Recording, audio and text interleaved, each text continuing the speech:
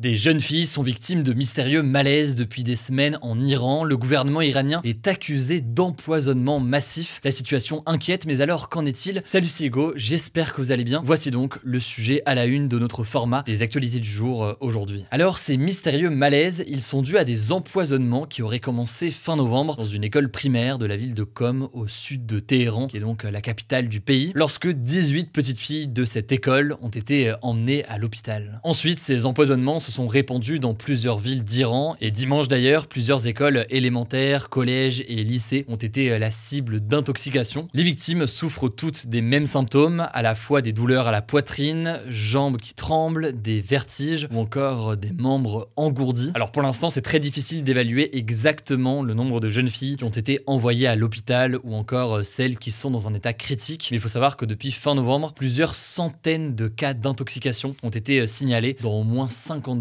établissements scolaires en Iran. C'est ce qu'indiquent en tout cas des chiffres qui ont été publiés par le gouvernement iranien et du coup, la source de ces chiffres pose question. Je reviens là-dessus juste après. Mais alors, de quoi s'agit-il? Tous ces malaises sont survenus après avoir respiré des odeurs jugées désagréables au sein même de ces établissements scolaires. Les victimes décrivent une odeur de mandarine ou alors de poisson pourri. Et face à l'inquiétude des familles des victimes, le gouvernement a donc fini par ouvrir une enquête le 26 février. Et selon les premières conclusions du gouvernement, il s'agirait d'attaques perpétrées par des extrémistes religieux qui voudraient fermer les écoles des filles. Cependant, aucune arrestation n'a eu lieu pour le moment. Et selon le journal Le Monde, le régime va même jusqu'à faire porter la responsabilité aux jeunes filles victimes en les accusant de créer avec ces malaises, je cite, le désordre dans leurs établissements scolaires. Ça, c'est donc la version officielle aujourd'hui du gouvernement iranien, soit accuser des extrémistes, soit simplement accuser directement les jeunes filles. Mais il faut savoir que ces mystérieuses intoxications, elles surviennent alors que l'Iran est traversé actuellement par une contestation inédite depuis le mois de septembre et depuis la mort de Mahsa Amini, une jeune femme de 22 ans qui est décédée après avoir été arrêtée car elle ne portait pas son voile correctement. En effet, en Iran, le port du voile est aujourd'hui obligatoire pour les femmes au sein de ce régime islamique qui est présent en Iran. Et donc, pour certains opposants au régime iranien, ces intoxications, elles auraient pour but d'étouffer le mouvement de contestation qui secoue le pays depuis des mois et donc intimider les manifestants. Et pourquoi donc les jeunes filles en particulier?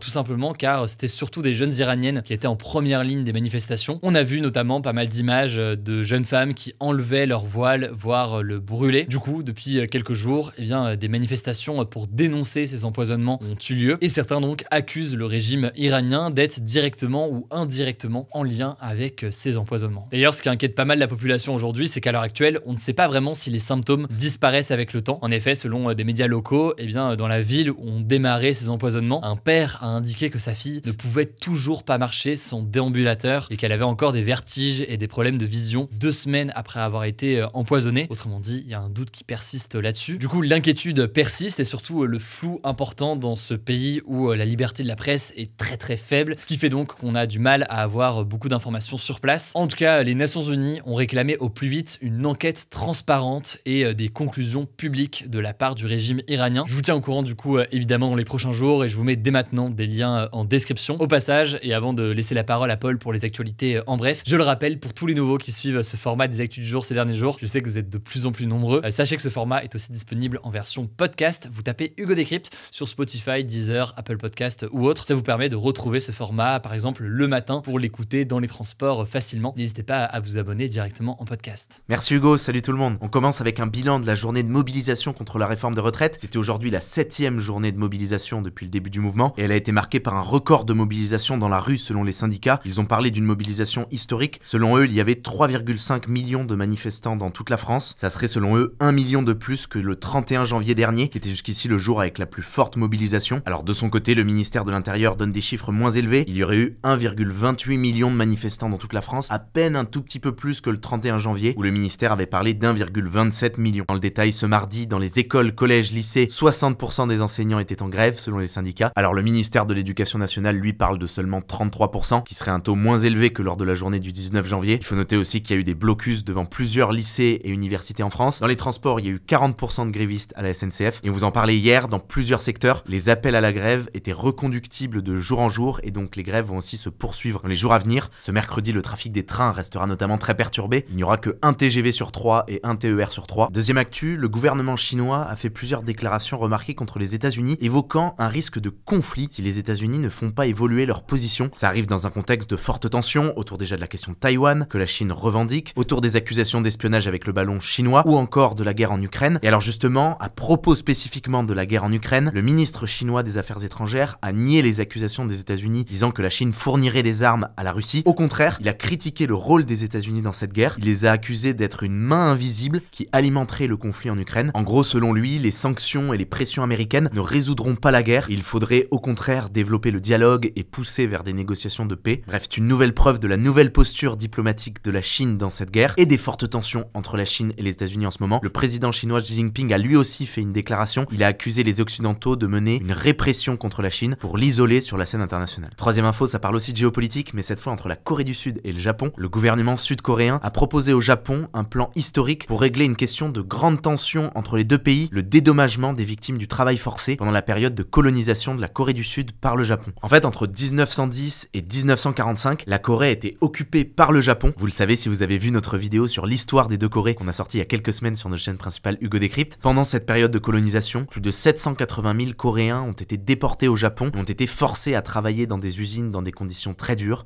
parfois jusqu'à en mourir. Et alors en 1965, le Japon a versé 500 millions de dollars à la Corée du Sud pour réparer les préjudices de ce travail forcé, ce qui, selon le Japon, réglait complètement et définitivement la question. Le truc, c'est qu'en 2018, la justice sud-coréenne a condamné des entreprises japonaises à verser 1 million d'euros aux victimes du travail forcé et a donc rouvert le dossier. Et donc finalement, si on en parle aujourd'hui, c'est que ce lundi, pour régler définitivement cette question et apaiser les tensions entre les deux pays, le gouvernement sud-coréen a annoncé la création d'une solution pour régler la situation, avec la création d'une fondation qui va pouvoir récolter des dons, notamment potentiellement d'entreprises japonaises, peuvent de manière volontaire contribuer pour indemniser les victimes. Ça va donc réchauffer les relations entre les deux pays. Ceci étant, ça ne satisfait pas les groupes de victimes qui trouvent que cette situation n'est pas suffisante et qui auraient voulu de nouvelles excuses du Japon. Quatrième actu, selon l'ONU, l'égalité entre les femmes et les hommes dans le monde ne sera pas atteinte avant au moins 300 ans. C'est ce qu'a déclaré son secrétaire général, Antonio Guterres, en évoquant en fait de nombreux cas de recul des droits des femmes dans le monde. Il a parlé par exemple du cas de l'Afghanistan, où depuis le retour au pouvoir du groupe islamiste armé des talibans en 2021, eh bien les femmes n'ont plus le droit de faire des études supérieures, de voyager sans être accompagnées d'un homme, ou encore d'exercer la plupart des métiers. Mais il a aussi mentionné des situations dans les pays développés, par exemple dans le secteur des sciences, en disant par exemple que seulement 3% des personnes qui ont déjà gagné un prix Nobel sont des femmes. Bref, c'est donc une formule choc qui est une invitation à agir, et ça intervient alors que ce 8 mars c'est la journée internationale des droits des femmes. On continue avec une note positive en France. Ça a été annoncé ce lundi par la première ministre Elisabeth Borne dans une interview. Certaines protections hygiéniques seront bientôt remboursées par la sécurité sociale pour les moins de 25 ans. Alors ça concernera spécifiquement les protections périodiques réutilisables. Ça sera à partir de 2024. Pour être remboursé, il faudra les acheter directement en pharmacie, mais sans avoir besoin d'une ordonnance. Il faut savoir qu'en France, selon un sondage de l'association Règles élémentaires, près de 4 millions de personnes seraient concernées par la précarité menstruelle, un chiffre 2 fois plus élevé qu'en 2021. On termine avec une dernière info. Vous vous souvenez peut-être du fiasco de la dernière finale de Ligue des Champions de foot au Stade de France à Paris, qui avait été marqué par de gros incidents. Et bien ce mardi, il y a eu une décision symbolique. L'UEFA, l'instance qui gère le foot en Europe, a décidé de rembourser tous les supporters du club anglais de Liverpool qui avaient un billet pour la finale. C'est symbolique parce qu'au départ, les supporters de Liverpool avaient été accusés d'être responsables de ces débordements, notamment par les autorités françaises. Mais finalement, un rapport indépendant avait pointé du doigt plutôt les dysfonctionnements dans l'organisation et dans la sécurité autour du stade. Et donc par ce remboursement des billets, eh bien l'UEFA se place finalement aussi du côté des supporters de Liverpool. Merci beaucoup Paul. Alors il n'y avait pas de débat hier, il n'y a pas de débat non plus aujourd'hui. Du coup ce sera tout pour ça, à vous abonner, mais c'est pas encore le cas, pour nous soutenir. Vraiment ça vous coûte rien et nous ça nous aide beaucoup. Donc n'hésitez pas. Pour en savoir plus sur la question de la grève, je vous renvoie à la vidéo qu'on a postée hier. Prenez soin de vous, prenez soin de nos proches et puis je vous dis du coup à demain.